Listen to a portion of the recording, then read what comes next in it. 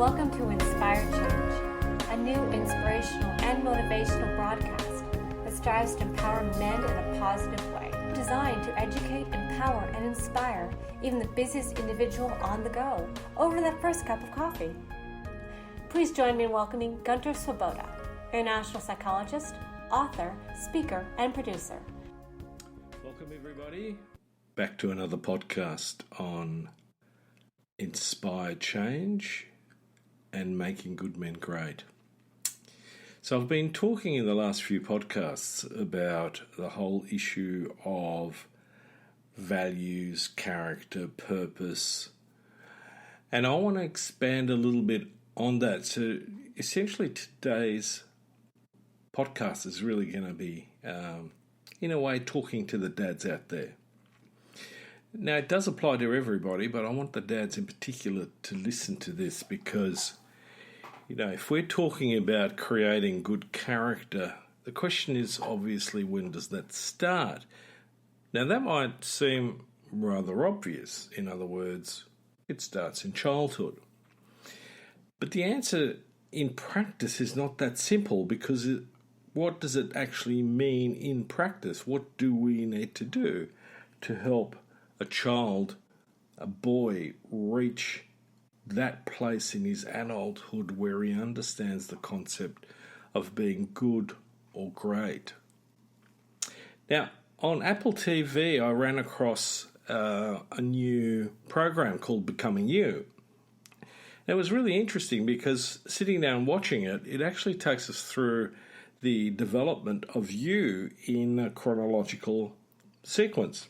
And in particular, it starts off with a little boy at the age of 3 in Tokyo being sent out by his parents on his first errand, a tradition that I was completely unaware of. And in fact, sitting there with my wife, both of us sort of freaked out about this little 3-year-old heading out on his first errand, which was to get sushi, because we're looking at Tokyo and a 3-year-old, and we're going, this is not good. However, the story ended well. And in it was the idea that in this particular activity, this boy got the first sense of some independence.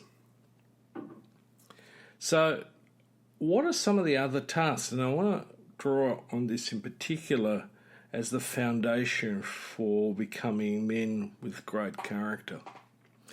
And the first thing that I think we need to pay attention to in the whole process of rearing boys, girls as well, but in this instance I want to really just focus on fathers and sons, and that is that we need to teach the child that they are fundamentally unconditionally loved, and that in that love, in their environment, they have the opportunity to feel safe, to feel protected, and to feel cared for. Now, everyone's going to go, well, that's bleedingly obvious, but in my work as a therapist, especially with teenagers, I've got to say that in many cases I work with boys who've got anxiety issues, and anxiety issues often arise from the disturbed attachments in early childhood. Now, I'm not in this to blame parents. I think the job as being as a parent is hard enough as it is without getting blamed for everything. But I do think that as parents, as adults, we need to take responsibility for our behaviour in our relationship to our children, but also in relationship to our partners. If we're in conflict constantly with our partners in front of the child, is that child going to learn to feel safe and secure?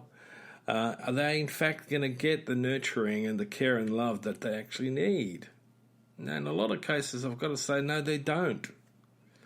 And then at 5, maybe even earlier if they're going to kindergarten and preschool, they're suddenly torn out of that environment and plonked into another environment, learning how to adapt to that. So it's not just the adults in that environment, it's other kids. And all these other kids are coming from different environments, different places, ethnic groups, religious groups, and so on. So it becomes a mix. Now, I'm all for that. As you know, one of the key values in the new masculinity is about being inclusive. So don't get me wrong, I'm not saying that we should all be like McDonald's burgers, the same. We need to work with our differences, and that starts in childhood. In fact, most 3-year-olds that I've observed have absolutely no idea about race, ethnicity. It's just another kid. And if we're friendly, we play with each other.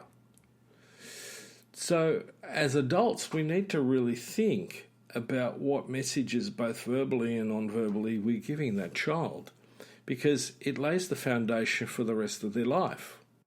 Now that makes it a real responsibility, but it's also one that I give lovingly. I focus on the fact that this is my child. I want to nurture them into the best place possible, which means allowing them to grow up to be able to regulate their feelings, to be able to behave, to be socialised. In other words, learning how to get over temper tantrums, which in our culture currently a lot of adults seem to be missing completely. So if you're trying to tell me that some of these people who, are acting out socially, politically and so on are of good character, I've got to ask you the question, well, are they really? Because that's not how we behave as a person of good character, a man of good character. So let me put it again, and this is really supported by research. The first thing we need to teach boys is the capacity to regulate their emotion. The second bit is for them to be able to play well with others, whether they're 3, 5, 15, 25 or 75. And finally, the third element in this is to teach, to educate and allow them to experience a growing cognitive ability. Now, we all have certain limitations in that area and we've got to accept that. But a lot of times we underestimate what people are really, truly capable of. When I was going through university, I worked with kids with developmental disabilities, and especially kids with Down syndrome. And one of the things that I realised in the very early stages of working with them is that inherently they seem to have a very loving disposition, and given the opportunity are in fact quite joyous in the things that they do and want to do. And it was a great pleasure to work with them. And they could often do things that initially I didn't think they could, but given them half the chance, with the right reinforcement, the right environment, they usually stepped up to the plate and delivered. Whether that was in theatre, in music, whatever, they were just fantastic to work with. It was a great experience for me. And the reality is that we can do that with all children. And I know at the moment a lot of boys in particular are being identified with ADD, ADHD. And yes, there is that element. But again, if we set the right relationship, and this is the important aspect of it, if I, as the adult, as the parent, create the right relationship atmosphere, the right family culture, then those issues are going to diminish in their impact. They're going to be less of a problem. So I want you to really think about that. So as a dad, I'm really going to be paying attention myself to be calm and loving and affectionate, yet at the same time also be very clear about the limits. Remember, one of the processes in growing great men is that we start off right from the beginning with the right values. Yes, there are some rules, but the values that I think are crucial is about being loving, it's about being respectful, and it's about being cooperative. And if they don't behave accordingly, there's going to be consequences. And those consequences need to be consistent. And as an adult, I need to be persistent. Giving in every now and then just reinforces the idea in most kids that, well, Dad's flexible. I just need to push harder. And as kids are opportunistic, they're going to do that. At some point, they're going to find your button that explodes your tolerance to any form of frustration. You're going to act out. And basically, that's not good. You're going to need to then start again. Now, none of us are perfect. I've found myself in the position of losing it and really then having to go, you know what, that was really inappropriate. I'm sorry. However, you need to take ownership for your part in that, which was you weren't being respectful, you weren't being cooperative, and so we need to sort that out because that's what our relationship is based on.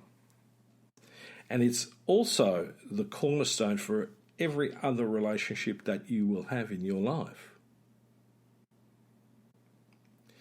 So part of the education process is to help boys in particular to understand that things like gender are construction.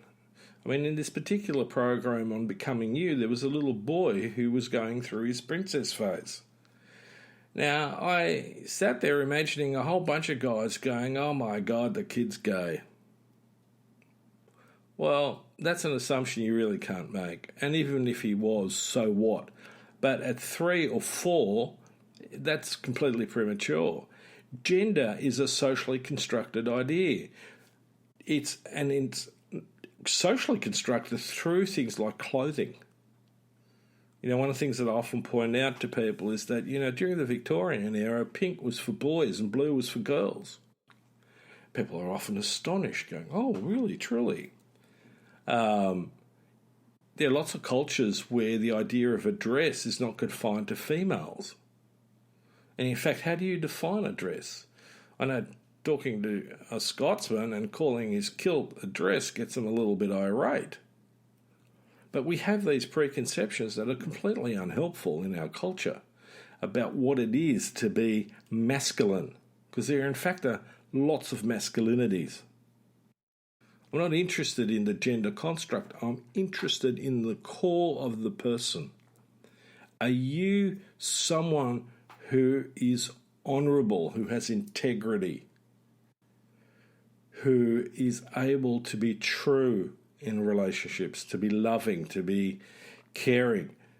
Now, I don't want you to be a doormat either, so you need to be assertive, but you don't need to be aggressive or authoritarian. There is no need to blame others for your own misfortunes. You need to take ownership for that. You need to step up and look at how you can change that.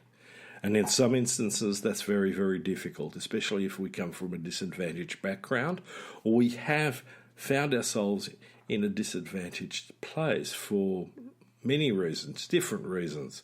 You may have been to war. You might have been, let go out of a position in a company and have been unable because of ageism to find another job.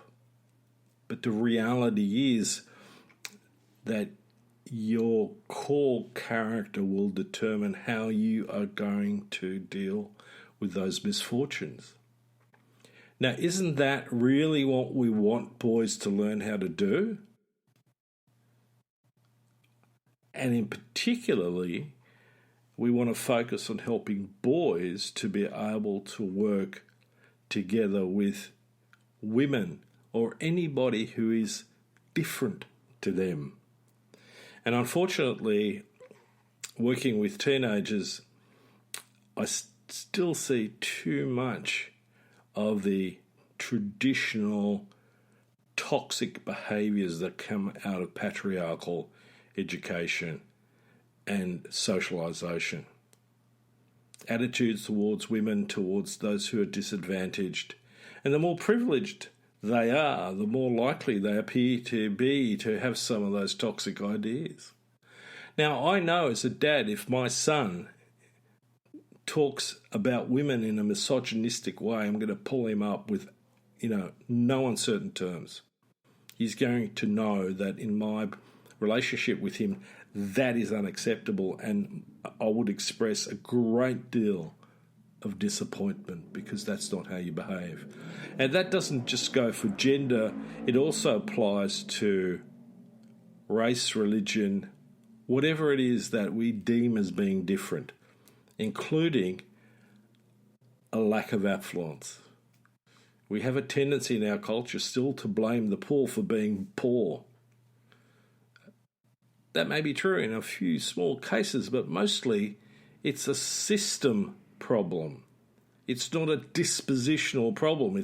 They're not inherently poor. Give them an opportunity and a large number will step up and become successful in their own right. In fact, we've seen that with refugees, with migrants, people who struggle in their homes, in their home countries to get a break, and coming to a place like Australia, they were able to utilise what was available here to better themselves and to put their families into a much better economic situation.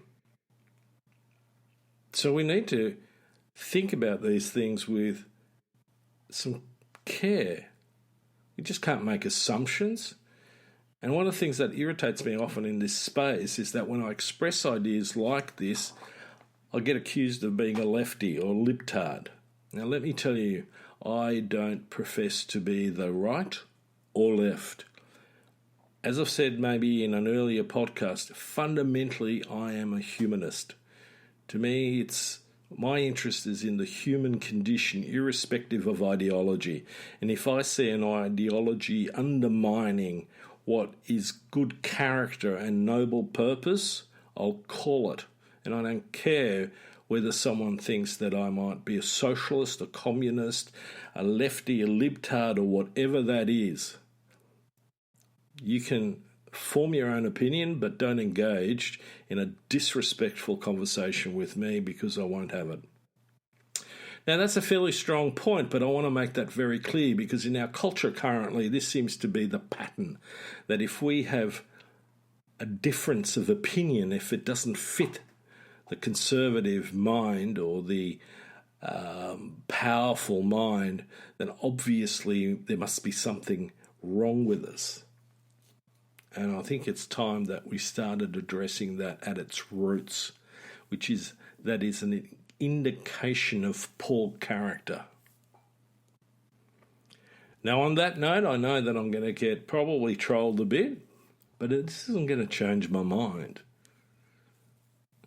All it's going to do is hold me steadfast to my noble purpose, my noble cause, and that is that ultimately we need to change in order to help each other live more fully and be able to thrive.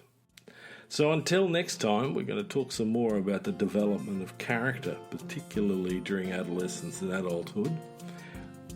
I'm going to sign off, and I wish you all the very best till next time. Thank you for listening to Inspire Change with Gunter. Gunter Swoboda does individual and group coaching for men looking to grow.